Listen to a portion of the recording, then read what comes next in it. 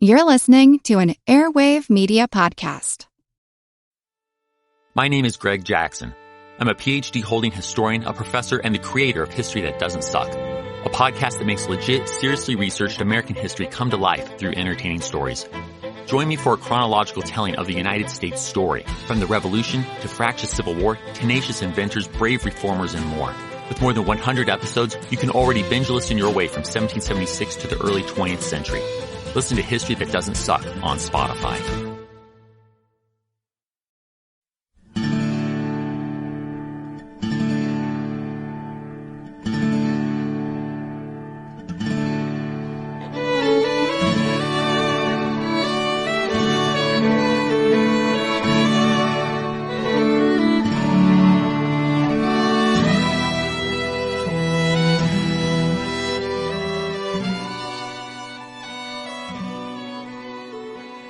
Hey everyone, thanks for tuning in to episode number 33 of our Civil War podcast. My name is Rich. And I'm Tracy. Hello y'all. Welcome to the podcast. In our last episode, Abraham Lincoln became President of the United States on March 4th, 1861, and inherited the secession crisis. The most sensitive and potentially explosive issue facing Lincoln was the possession of federal properties within the seceded states. Before his inauguration, as Southern states withdrew from the Union, they had demanded, in accordance with their newly declared sovereignty and independence, the surrender of all federal installations inside them. This included military posts, forts, arsenals, customs houses, and post offices. In most cases, the local officials, many of them Southerners, complied with the secessionist demands. In a few spots, however, loyal U.S. Army officers refused to do so. One of those was Lieutenant Adam J. Slemmer, the commanding officer at Fort Pickens, which guarded the entrance to Pensacola Harbor in western Florida. Another officer who refused to surrender was Major Robert Anderson, the commanding officer of Fort Sumter, located at the birthplace of secession, Charleston, South Carolina. Lincoln's predecessor, President James Buchanan, rejected demands for Sumter's surrender made by commissioners from South Carolina. Buchanan instead dispatched an unarmed steamer, the Star of the West, with provisions and reinforcements for Anderson. When that ship was fired upon and driven off by South Carolina shore batteries on January 9, 1861, the lame duck president chose not to retaliate or regard the incident as an act of war. Buchanan had denounced secession, but he claimed he had no power to stop slave states from leaving the Union. Buchanan had put his hopes in Congress, asking for the adoption of yet another great political compromise that would placate the South and prevent or limit secession.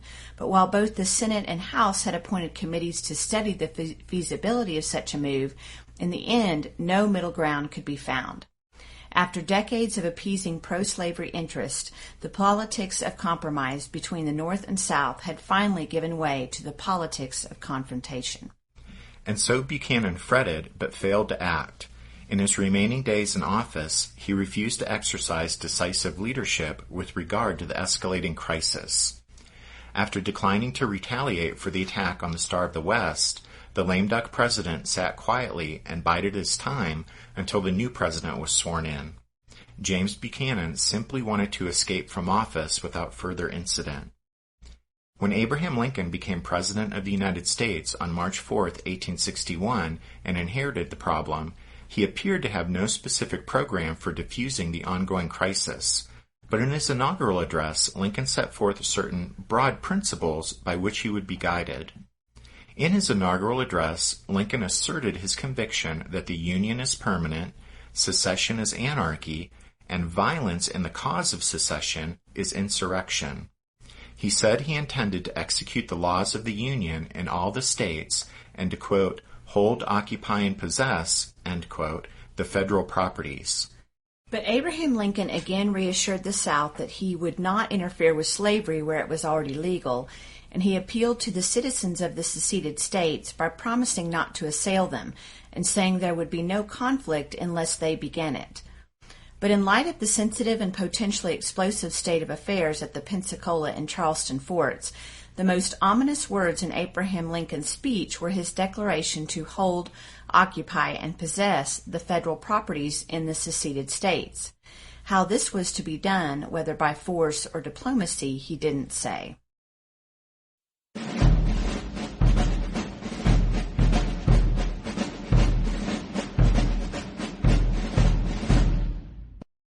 By the time Abraham Lincoln took the oath of office on March 4th in Washington, D.C., the Confederate States of America had already been an ongoing concern for nearly a month.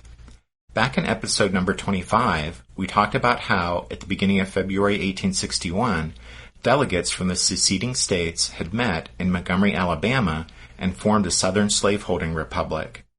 On February 8th, the Montgomery Convention had adopted the Provisional Confederate Constitution. The next day, February 9th, they selected Jefferson Davis of Mississippi to be the first president of the Confederate States of America. And then on February 18th, Davis was duly inaugurated in front of the Alabama State Capitol building as provisional president of the CSA. Davis and the rest of the Confederate leadership faced a monumental task in getting their new government up and running, but above all other concerns loomed the shadow of Fort Sumter. Jefferson Davis and the other Confederate leaders were anxious to take the matter out of the hands of South Carolina Governor Francis W. Pickens. The Confederate leadership viewed Pickens as a bit of a loose cannon and wanted to take management of the crisis out of his hands as soon as possible.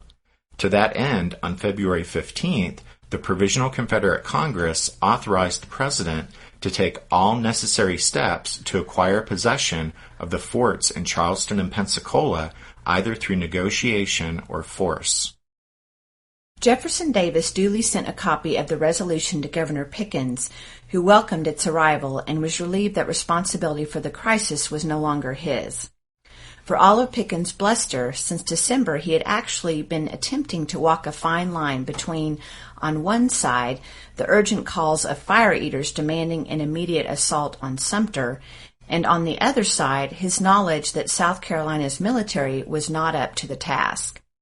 So the informal truce that had been in effect since the Star of the West incident had served Pickens well, for it allowed South Carolina to work on strengthening the fortifications around Sumter, while it also allowed the governor to bide his time until the new Confederate government could take up responsibility for the crisis. And so the weight of responsibility for the crisis shifted from Governor Pickens' shoulders onto those of Jefferson Davis. Davis knew that the CSA was woefully unprepared for war, but he also realized that the continued presence of federal garrisons in territory claimed by the fledgling Confederacy might cause enthusiasm for secession to wane, especially in the still wavering border states. Furthermore, many foreign observers might view the state of affairs as casting doubt on the resolve of Southerners for independence, and so prevent any recognition of the Confederacy by European powers. And besides all of that, many Confederates viewed the situation as an intolerable slight upon Southern honor. All of that's to say that the ongoing crisis over Forts Sumter and Pickens straightway became a thorn in the side of the new Confederate government. And so much as South Carolina had done, Jefferson Davis sent off a three-man commission to Washington, hoping they might somehow be able to negotiate a peaceful surrender of the forts, but realistically Davis knew that the men's real contribution would more likely be buying him much-needed time to prepare for the outbreak of hostilities.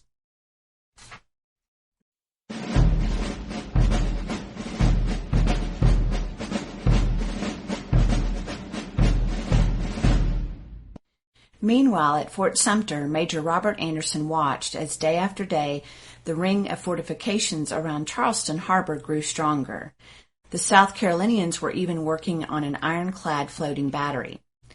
Concerned about his dwindling supplies and the increasing likelihood that war might break out, Anderson had asked Governor Pickens if the women and children might be evacuated from the besieged fort. When Pickens agreed, the soldiers' families left Sumter on February 1st, bound for New York City. Anderson's garrison, as well as the remaining loyal workmen, labored to make Sumter as impregnable as possible.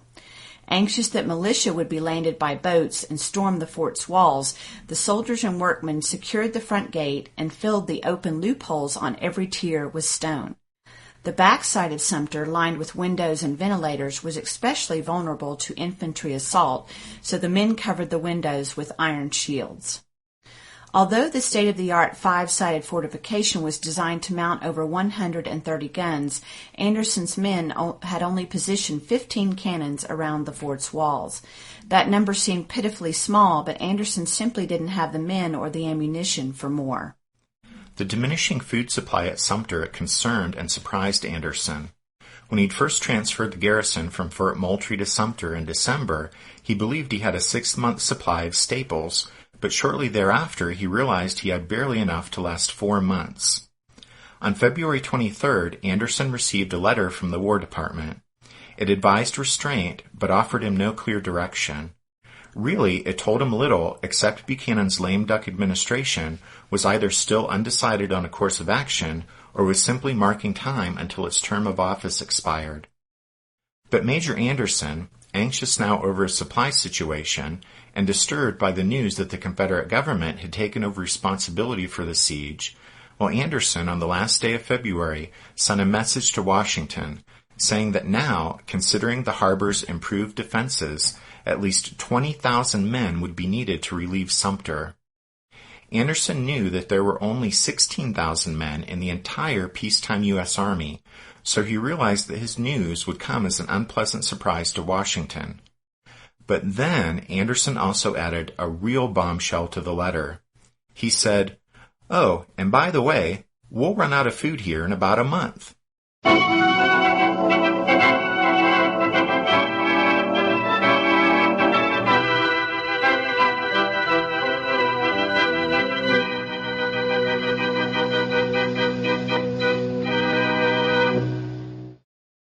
What was that?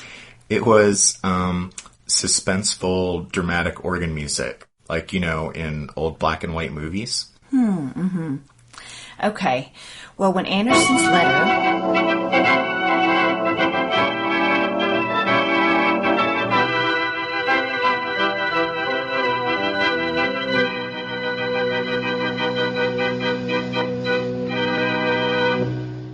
Rich.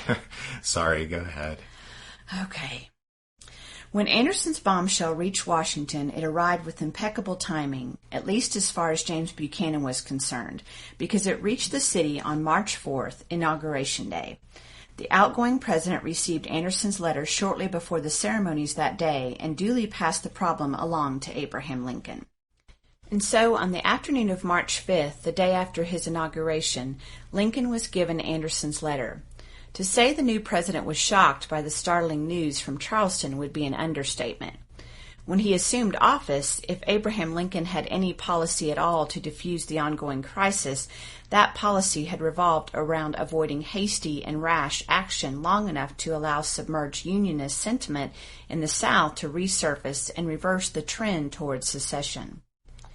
As historian Brooks D. Simpson explains in his book America's Civil War, quote, "Most Republicans, including Lincoln, anticipated eventual reunion through a peaceful resolution of the crisis that did not entail compromising the party principles on slavery. They believed secession was the work of a minority who had seized on the excitement of the moment to ram their program through. Let time pass, these Republicans believed, and cooler heads belonging to Southern Unionists would prevail. By refusing to act hastily, Lincoln hoped to forestall secession in the 8 slave states remaining in the Union. At the moment, Unionist sentiment held these states in the Union, but the grasp was a tenuous one that would loosen at the first sign of federally mandated force. Maintain the status quo, however, moderates reasoned, and the secessionist fever would die in the undecided areas and eventually even subside in the seceded states, opening up the best opportunity for peaceful reunion. This belief in the latent power of Southern Unionism would remain a cornerstone of Lincoln's attitude toward the South for some time to come." End quote. So upon assuming office, if Abraham Lincoln had any policy at all, it revolved around avoiding any hasty or rash action and working for time to allow Southern Unionism to assert itself and reverse the trend towards secession. Lincoln believed time was on the Union side. Let enough time pass and passions would cool, the Cotton States would come to their senses, and the wavering border states would see the folly of secession. But now, on the first full day of his administration, the new president was being told there was a clock ticking, that at besieged Fort Sumter, Anderson only had about a month's worth of provisions. Lincoln was stunned by this news. The president questioned whether there was any reason to doubt Anderson's trustworthiness, but he was soon satisfied the major was an utterly loyal officer. Lincoln then asked for General-in-Chief Winfield Scott's opinion, and Scott, in light of this new information from Anderson, said he now saw only one realistic choice: evacuation of the garrison. At first, a majority of his cabinet also favored abandoning Fort Sumter, but the idea of evacuation and the accompanying implicit recognition of the legality of secession just didn't sit right with Lincoln, and so the president delayed making a decision. As Maury Klein explains in his book Days of Defiance, quote, Lincoln deliberated over what to do. His own sentiments balked at the arguments of his generals and advisers that evacuation was the only sound course. He could not deny their expertise, but neither could he accept their conclusions. End quote. But while Lincoln deliberated over what to do, rumors radiated out from Washington saying that the decision to evacuate Sumter was already a done deal. Major newspapers carried stories that Anderson's command would be withdrawn from Charleston.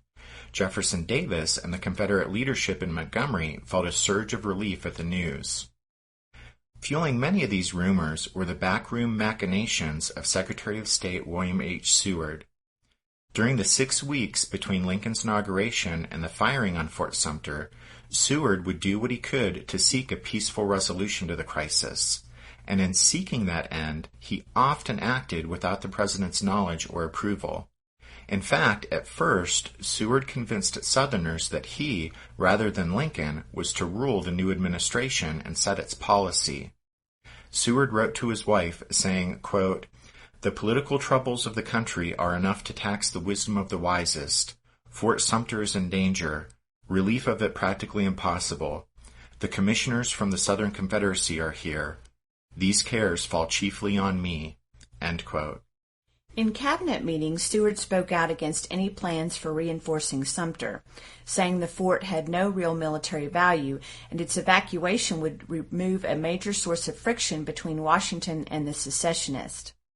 Meanwhile, Seward kept stringing the Confederate commissioners along as he could.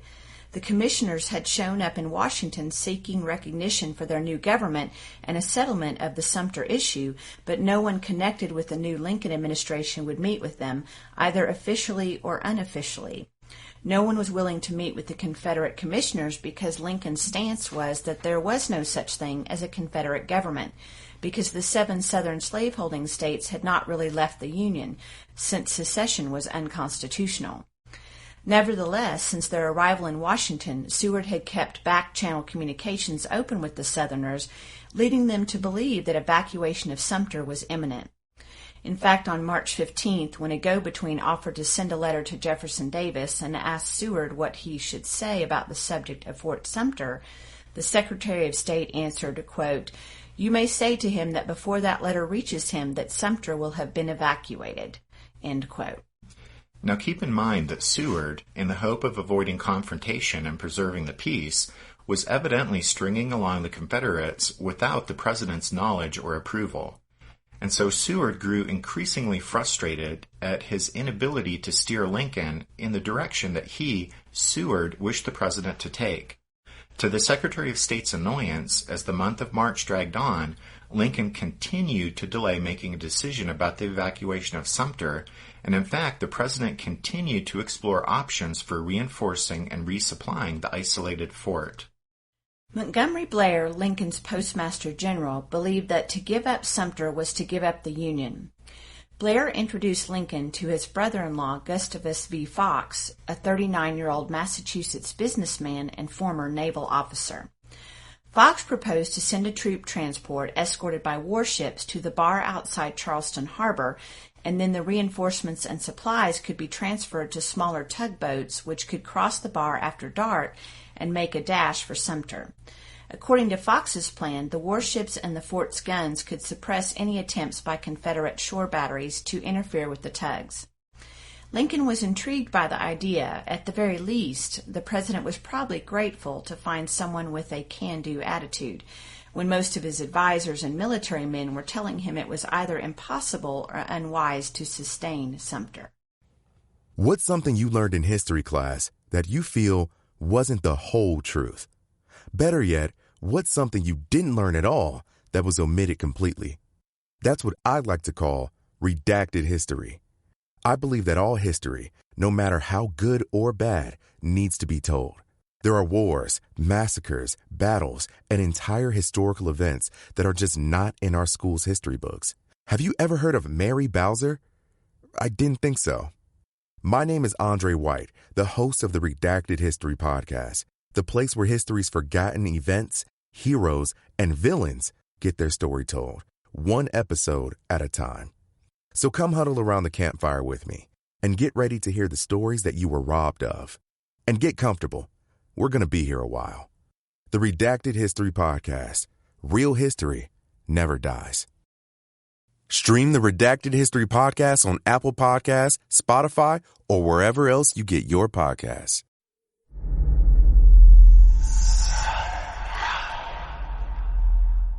Hey y'all, spooky season is here. And if you're looking for a show to whet your appetite for a little haunted history, then I'd like to invite you to check out Southern Gothic, a chart-topping history podcast that explores some of the most infamous legends, folklore, ghost stories, and hauntings of the American South.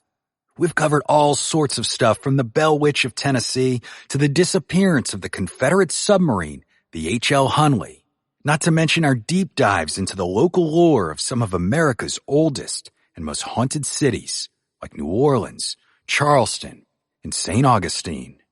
So if you're ready for a little good old-fashioned Halloween storytelling with a commitment to quality historical research, then be sure to check out Southern Gothic today. It's available now on all your favorite podcast apps. As we mentioned before, Lincoln was inclined to hold on to Sumter, but he was receiving conflicting counsel. So the president, on his own initiative, sent several emissaries to Charleston to appraise matters and report back to him about not only the situation at Fort Sumter, but also about latent Unionist sentiment in South Carolina. In many ways, this enterprise only muddied the waters even more, since there was no latent Unionist sentiment in South Carolina, and then one of the emissaries, Lincoln's old friend Ward Hill Layman, well, Layman apparently led everyone he talked to, including Governor Pickens and Major Anderson, to believe the evacuation of Fort Sumter was imminent. And then another of the emissaries was Gustavus Fox, and when he went out to Sumter and talked with Anderson and told the major about his plan to reinforce and resupply the fort, well, Anderson wasn't even sure who this civilian was, and thought Fox was a bit nuts with this talk of sending tugboats with supplies and men dashing into the harbor. For Lincoln, the matter came to a head on March 28th when he learned that General Scott wanted to evacuate both Fort Pickens and Sumter. Scott's reasons for urging this were political rather than military. Scott, who seems to have been collaborating to some degree with Seward, wrote, quote, "The evacuation of both the forts would instantly soothe and give confidence to the 8 remaining slaveholding states and render their cordial adherence to this union perpetual." End quote. The president was amazed and displeased, to put it mildly, to receive such politically motivated advice from his top military advisor. Lincoln knew there was absolutely no reason militarily to give up Fort Pickens in Florida. In fact, 2 weeks earlier, the president had ordered Scott to reinforce Pickens. On March 28th, after receiving General Scott's stunning recommendation, Lincoln immediately called his cabinet into emergency session after a state dinner that evening. An obviously annoyed president read the cabinet Scott's proposal. All of the men around the table, except Seward, of course, were astonished at the General-in-Chief's advice, which amounted to unconditional surrender to the Confederacy. When the president polled the men, the cabinet reversed its vote of 2 weeks earlier. Simon Cameron was absent from this emergency session, but now only Caleb Smith, the Secretary of the Interior, sided with Seward, while 3 others now sided with Montgomery Blair and voted to reinforce and resupply Sumter. On the matter of Fort Pickens, though, all 6 men supported reinforcing that installation. The President then issued orders for an expedition to Fort Pickens, and he also instructed Fox to ready ships and men for an attempt to resupply and reinforce Sumter. As historian James McPherson points out in his book Battle Cry of Freedom, quote, all of this backed Seward into a corner. His assurances to Southern commissioners, his peace policy of voluntary reconstruction, his ambitions to be premier, all appeared about to collapse. To recoup his position, Seward acted boldly and egregiously. He intervened in the Fort Pickens reinforcement and managed to divert the strongest available warship from the Sumter expedition with unfortunate consequences. Then on April 1st, he sent an extraordinary proposal to Lincoln. In mystifying fashion, Seward suggested that to abandon Sumter and hold Pickens would change the issue from slavery to Union. Beyond that, the Secretary of State would demand explanations from Spain and France for their meddling in Santo Domingo and Mexico and declare war if their explanations were unsatisfactory.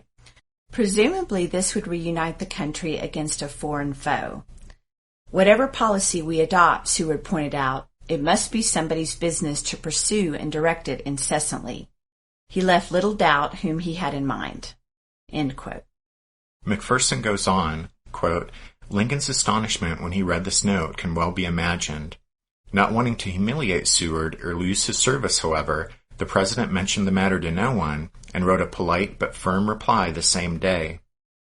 He had pledged to hold, occupy, and possess federal property, Lincoln reminded his Secretary of State, and he could not see how holding Sumter was any more a matter of slavery or less a matter of union than holding Pickens.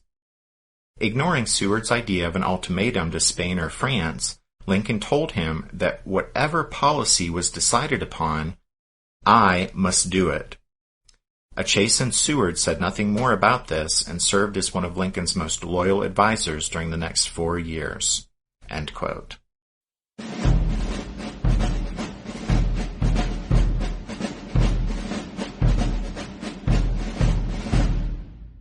Meanwhile, the soldier whom Jefferson Davis had sent to Charleston to take command of the Confederacy's forces there had heard, like everyone else, the rumors that Sumter would be evacuated. And while General Pierre Gustave Toutant Beauregard hoped the rumors would prove true, he continued to work at strengthening the fortifications ringing the besieged federal fort. Beauregard was born near New Orleans in 1818. After being educated at the French school in New York City, he was admitted to the United States Military Academy at West Point and graduated from there in 1838, second in his class. Also graduating from West Point in 1838 was Irvin McDowell, whom Beauregard will face at the First Battle of Manassas in July 1861. Upon graduation from West Point, Beauregard chose to enter the Army Corps of Engineers. During the Mexican-American War, he served on General Winfield Scott's staff alongside fellow officers Robert E. Lee and George McClellan. After the war, Beauregard complained that he hadn't received adequate accolades for his service in Mexico, and he also became disillusioned by the lack of opportunity and potential for advancement in the peacetime army. Between 1853 and 1860, Beauregard served in New Orleans as the superintendent engineer of U.S. Customs installations. During that time, he took an active interest in politics, even running unsuccessfully for mayor of New Orleans in 1858.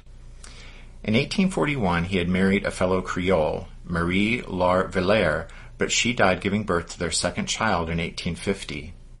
Beauregard then married Catherine Deslandes, another Creole belle. Catherine was the sister-in-law of the powerful U.S. Senator from Louisiana, John Slidell. On January 23, 1861, thanks to Slidell's support, Beauregard was appointed superintendent of West Point. But just 5 days later, after admitting he would follow Louisiana if that state seceded from the Union, Beauregard was removed from his new assignment. He then resigned his commission in the U.S. Army on February 20th, and Jefferson Davis appointed him the first Brigadier General of the Confederate Army on March 1st. Davis straightaway dispatched Beauregard to South Carolina to coordinate the siege of Fort Sumter. Beauregard arrived in Charleston on March 3rd, and over the next 2 days he toured the harbor's defenses. Beauregard reported, quote, "I find a great deal of zeal and energy around me, but little professional knowledge or experience," end quote. He began making changes at once, shifting the ongoing work to better defend from attack by sea, but also better positioning the cannon ringing Fort Sumter. On March 8th, he said that within 10 days he expected to have the harbor defenses strong enough to prevent any reinforcements from getting to Sumter. While he was a cadet at West Point, Beauregard had been a favorite student of the school's artillery instructor. In fact, that instructor thought so much of Beauregard's potential that he had chosen the bright young cadet from Louisiana to be his assistant. That artillery instructor had been Robert Anderson. Out in the middle of Charleston Harbor at Fort Sumter, Robert Anderson had expected an order to evacuate since Ward Hill Layman's visit, but no orders had come. Anderson had told that other visitor, Fox, that if he put the garrison on half rations, he would have enough provisions to last until April 10th. But then after Fox's departure, no order had come from the War Department telling him to take that drastic step. In fact, he had received no orders from Washington since those of February 23rd, instructing him to act strictly on the defensive and advising restraint. Major Robert Anderson was determined to do his duty, but as the crisis dragged on into its 5th month, the absence of clear orders from Washington continued to vex him. On April 1st, Anderson wrote out a report saying that his remaining supplies would barely last a week, since he had been obliged to share them with the loyal workmen still laboring on the fort's defenses.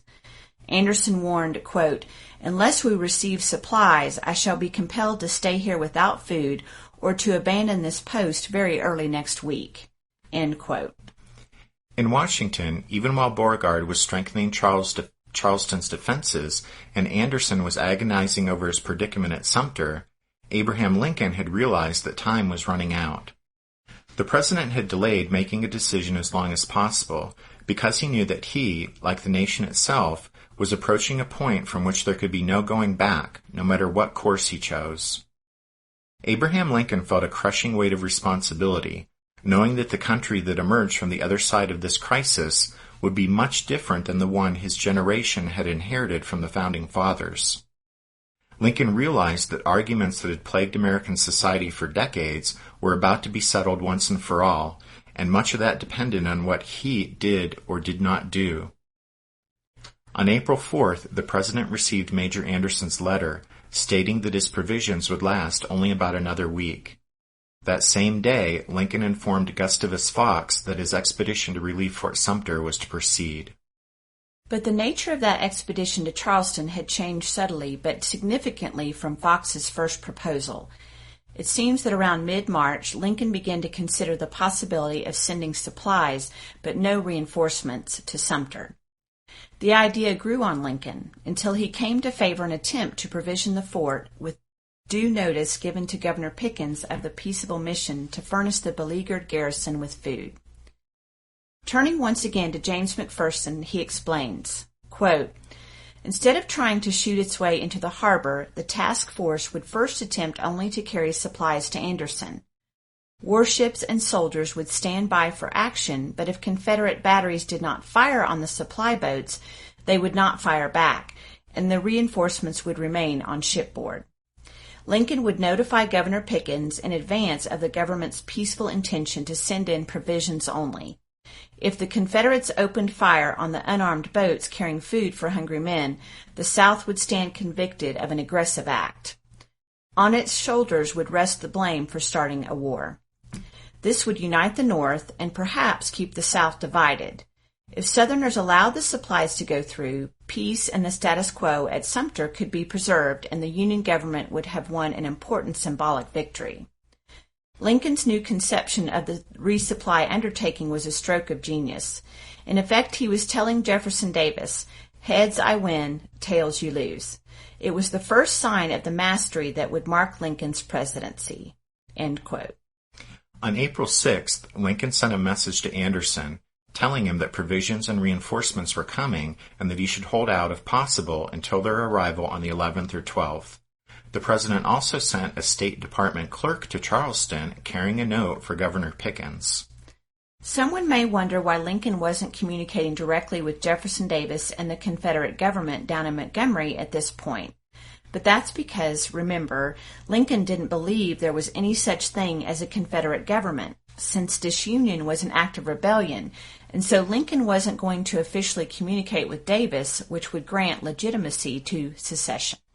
Exactly. So Washington's communication was with the governor of what the president considered to be a wayward state, caught up in an act of rebellion. Well, as you would imagine, Lincoln's message to Pickens was carefully worded. It was actually officially from Simon Cameron, the Secretary of War. It read, quote, "I am directed by the President of the United States to notify you to expect an attempt will be made to resupply Fort Sumter with provisions only, and that, if such attempt be not resisted, no effort to throw in men, arms, or ammunition will be made without further notice or in case of an attack upon the fort." End quote. So again, it's important to notice the message was as brilliant as it was simple. On the surface, it said Lincoln was merely sending food to Sumter.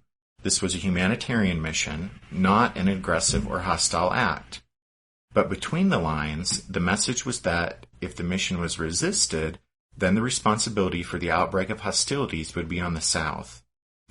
Ever the careful lawyer, Lincoln had neatly boxed the Confederates into his options, leaving them no opportunity to turn the tables on him as he had just done to them.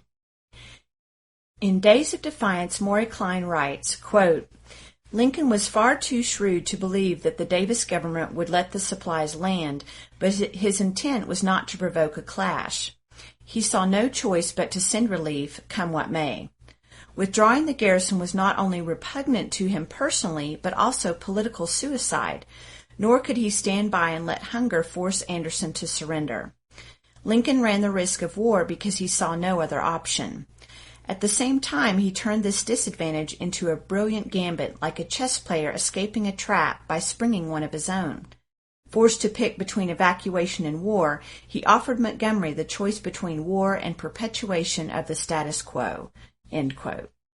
So Fox's expedition is steaming southward, heading for Charleston. Lincoln's notes to Governor Pickens and Major Anderson are on their way to South Carolina, and Jefferson Davis and P.G.T. Beauregard are awaiting developments.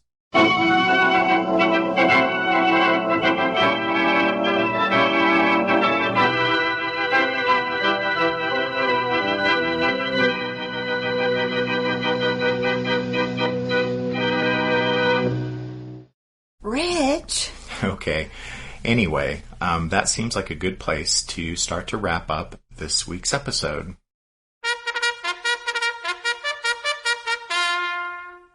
That means it's time for this episode's book recommendation. And our recommendation this time is P.G.T. Beauregard, Napoleon in Gray, by T. Harry Williams. Those of you who have read ahead in the story know that Beauregard emerges from the Sumter bombardment as the Confederacy's first great military hero. And then he also plays a leading role, along with Joe Johnston, in leading the Confederate Army at the first large land battle of the Civil War at First Manassas. But Beauregard is actually a really interesting figure right through the entire war, serving in both the East and West, and then the East, and feuding with Jefferson Davis, and then even after the war, he remains one of the more colorful ex-Confederates. And anyway, this is a pretty decent biography of a complex character who was one of the Civil War's more dramatic personalities. So there you go. That's P.G.T. Beauregard, Napoleon in Gray by T. Harry Williams. And as always, you can find all of our book recommendations at the epicenter of Civil War podcasting, www.civilwarpodcast.blogspot.com. The epicenter of Civil War podcasting. Yep. Okay. Well, before we close, we want to thank Spiritwood Music for the use of their song, Midnight on the Water, which is the lovely music you hear at the beginning and end of every show. And thanks to y'all for tuning in to this episode of The Civil War, 1861 to 1865, a history podcast. We hope you'll join us again next time, but until then, take care. And thanks, everyone. Bye.